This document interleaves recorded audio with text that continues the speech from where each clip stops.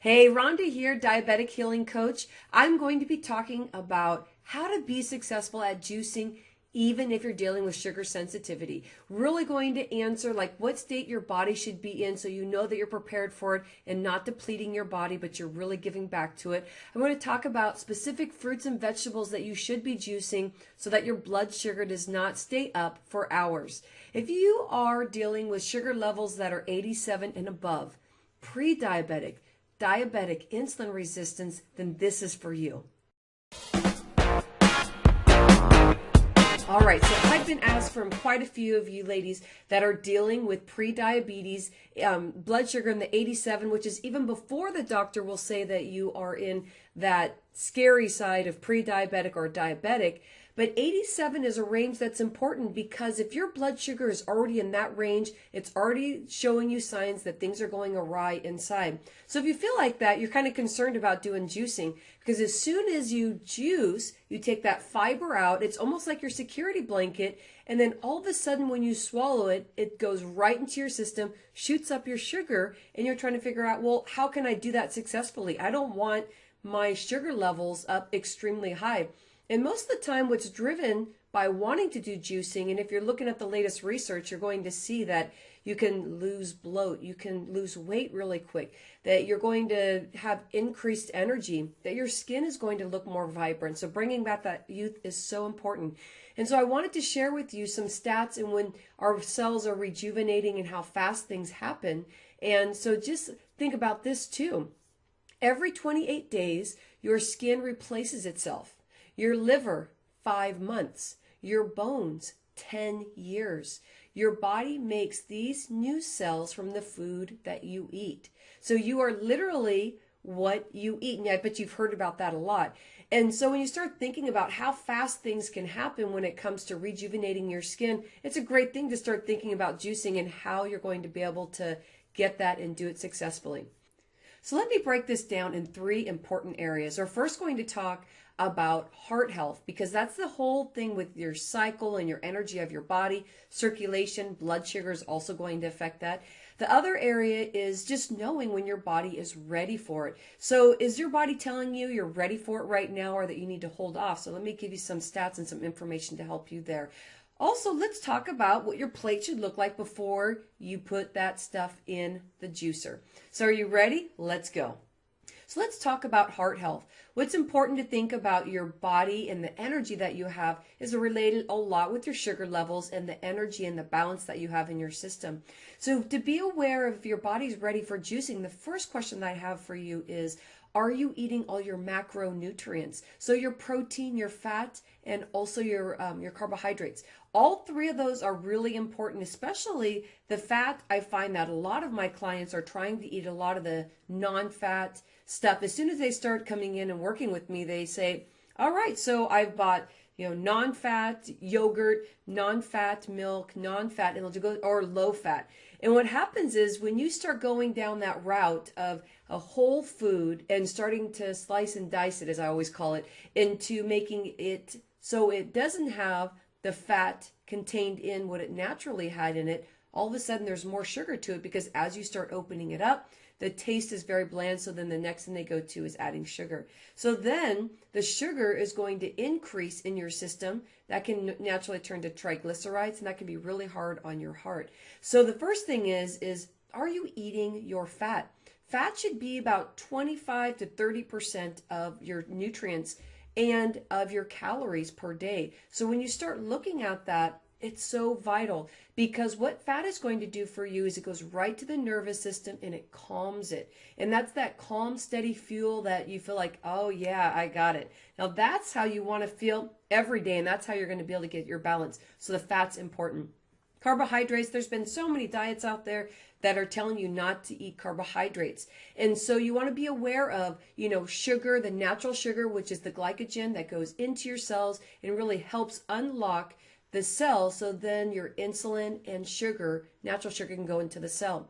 Now, if you're not eating the carbohydrates because you're so concerned about maybe gaining weight, because a lot of us still kind of think old school about, dieting, that food is about diet instead of nutrients, that you want to take a step back and think about the next area I'm going to talk about is what fruits and vegetables you should be adding. Because I still have clients that barely eat any fruit per day because, again, they're concerned about the sugar. So I'll give you some more information in that area. Protein, as you know, is really important. So really adding those seeds and nuts are great. Nice, wonderful meat, depending on what you like to do. Some of you listening may be vegan, where you're going into the nuts and seeds, and some of you may be meat eaters. And what you're going to do is really feel how that is working for your body. So if you're not feeling good right now, I would take a step back and just start thinking about the foods that you're eating, how you feel in the morning, lunch, and dinner, and that will be able to help you kind of start unraveling some things. But the biggest thing is feeling that your face isn't flushed, that's all even tone color, because that's going to be a telltale sign that your circulation's not working well. And you also want to look around the nose, making sure there's no broken vessels. Broken vessels are really connected, maybe with tender skin. So if you have real thin, light skin, that could be it. Or if you're starting to get those, it could also be directly linked with your heart. So you're just starting to think about your system holistically and how you're feeling, and that's going to help you in the heart area. So how do you know if your body is ready for juicing? What is your body telling you? So let's talk about that. My first question is, are you feeling like you have plenty of energy? You're feeling like you might have a little bit of lulls, which is okay because you want to juice because you want to get that energy up. But also, you want to make sure that you've been having all 3 macronutrients, what I was talking about above on this video. That was the fat, the carbohydrates, and the protein, and you've been really just eating more of a balanced meal, but there's just something that just makes you feel clogged. I want you to step in and go for juicing and get those results that you've been learning through all this research of, why juicing is so good for you. But if you have been feeling really tired and more tired than you have been, just maybe with a little bit of a 3 p.m. slump or early morning slump, and if you've been dieting quite a bit, and just in the past you've been dieting and it just hasn't been really working for you, where you've been kind of yo-yo dieting, I want you to take a step back and not think about juicing right away. Give yourself a couple weeks. Give yourself time to get your macronutrients in, eat a full meal, have your meat, and so it's the size of your palm. Really add the fruits and vegetables. And in this next part, I'm going to talk about the fruits and vegetables that you should be adding. And really start just nourishing the body, and really sit with your body holistically and just see, is my body starting to have more energy? Am I starting to feel better? And within 2 weeks, if nothing's really major, you should be ready for juicing. All right, so let's get to the great stuff. I love talking about food. If you haven't seen that before, I'm always giving out recipes, and really, we just want to nourish our body. So how do we do that? By eating the whole foods. So if you've decided that you are going to be doing the juicing, I'm speaking to you. Also, if you decide to take maybe a couple weeks and take a step back and get into the juicing within a couple weeks, you'll want to listen to this list too. And what I used is just watching my clients that are sugar sensitive and what really works for them. Also, just what's on the glycemic index. That always helps you. You can Google that. It'll give you a list of fruits and vegetables. And I'm first going to talk about the fruits and why I chose those. And then also we'll go into the vegetables. So the ones that you can have every day that you can be juicing with is that you can have apple, pear, strawberries, blueberries, honeydew. And what I want to really focus in on is the powerful nutrients you get from the berries, and an apple day is incredible. And there's a couple of fruits that I kind of threw in there that you could have sparingly, but it's sometimes nice to add a little bit. And it's always comparable to how much vegetables you're having, because the vegetables are really the #1 group that you want to have as you're juicing, and just like maybe 1 fruit to add with it. And be real careful on the balance, and you'll know that as you're going along and what's going to work for you.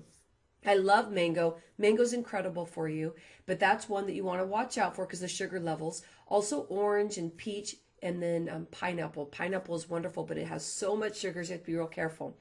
Okay, in the vegetable area, I did the same thing, and just really looking at how my clients have interacted with different fruits and vegetables.